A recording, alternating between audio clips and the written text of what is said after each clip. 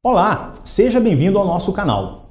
O nosso conteúdo de hoje é relacionado aos direitos dos contratos, especificamente sobre a estipulação em favor de terceiro, tema este previsto no artigo 436 e seguintes do Código Civil.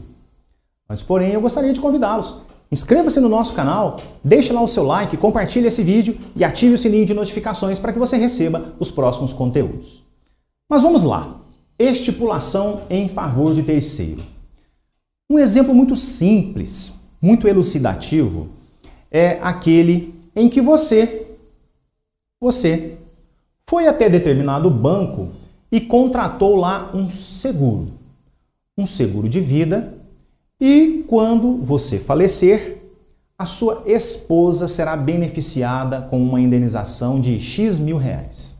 500 mil reais aqui, por exemplo. Então percebam que as partes contratantes são você e o banco e você. E a sua esposa nem sabe, a sua esposa ou a sua mãe ou seus filhos, aquele beneficiário que você designou lá na sua apólice, aquele que você determinou lá na sua apólice. Eis aí uma figura da estipulação em favor de terceiro. Por que o nome estipulação em favor de terceiro? Porque você será chamado de estipulante.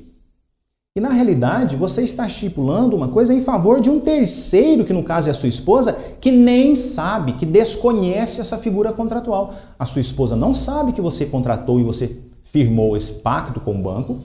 Então, eis aí a figura, estipulação em favor de um terceiro. Você leva, como dito, você leva o nome de estipulante, o banco recebe o nome de promitente, e o beneficiário, que aqui no nosso exemplo é a sua esposa, recebe o nome, como já dito, de beneficiário mesmo. Então, estipulante, promitente e beneficiário.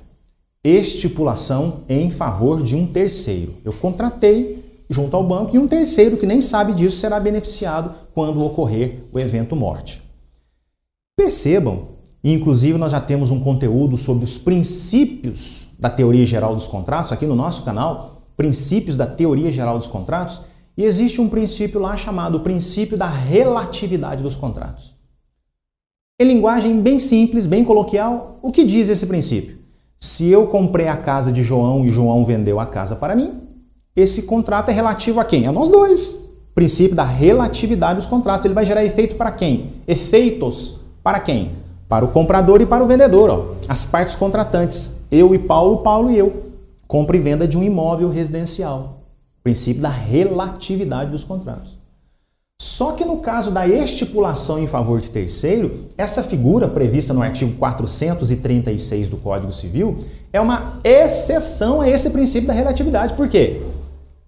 Eu e banco e eu são as partes contratantes. Mas na realidade uma pessoa de fora, uma pessoa que nem participou dessa avença, que nem participou desse negócio, que nem mesmo participou desse contrato, será beneficiada. Então percebam, uma pessoa de fora da relação contratual. Os efeitos dessa relação contratual serão levados para uma pessoa de fora, para um terceiro.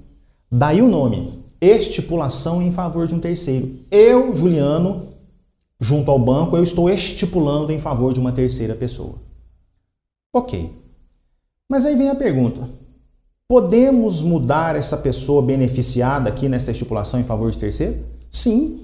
E aí, o próprio artigo 438 do Código Civil nos diz: o estipulante pode reservar-se o direito de substituir o terceiro designado.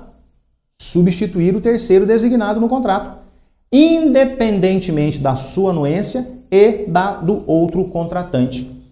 Eu preciso da anuência da minha esposa para substituí-la? Não. Eu posso substituí-la mesmo que ela não queira. Eu quero agora substituí-la e colocar aqui para os meus filhos, ou para minha mãe, ou ainda um exemplo mais pitoresco, para minha amante. É possível. Obviamente que aqui a pessoa beneficiada não precisa anuir. E o banco, que é o promitente, precisa anuir? Eu chego ao banco, eu gostaria de mudar o beneficiado aqui, ou beneficiário, melhor dizendo aqui. Eu não quero mais que seja minha esposa, eu quero que sejam os meus filhos. sejam os meus filhos, 50% para cada um, ou seja, a minha mãe, ou seja, a minha amante, voltando ao exemplo pitoresco, que não raras vezes isso acontece na vida prática.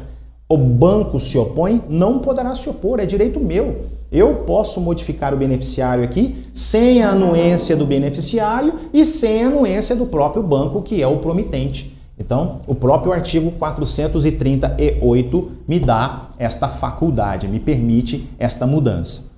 E arremata o parágrafo único do mesmo artigo 438. A substituição pode ser feita por ato entre vivos ou por disposição de última vontade. Ato entre vivos, eu vou ao banco e faço a modificação, como eu disse há pouco. Ou por um ato de disposição de última vontade, por um testamento. Formulo o meu testamento, deixo declarado, consignado, descrito lá, reduzido a termo no meu testamento, que eu possuo esse seguro junto ao banco, uma apólice de R$1 milhão, que lá consta a minha esposa, mas eu gostaria que na realidade fosse modificada aquela beneficiária e fosse lá lançada a beneficiária minha mãe, por exemplo. Então essa é a figura da estipulação em favor de terceiro. Repetindo, é uma exceção ao princípio da relatividade dos contratos, aquele princípio que diz que os efeitos só são gerados para as partes contratantes. Nesse caso não, as partes contratantes aqui sou eu e o banco, mas um terceiro de fora dessa relação será beneficiado.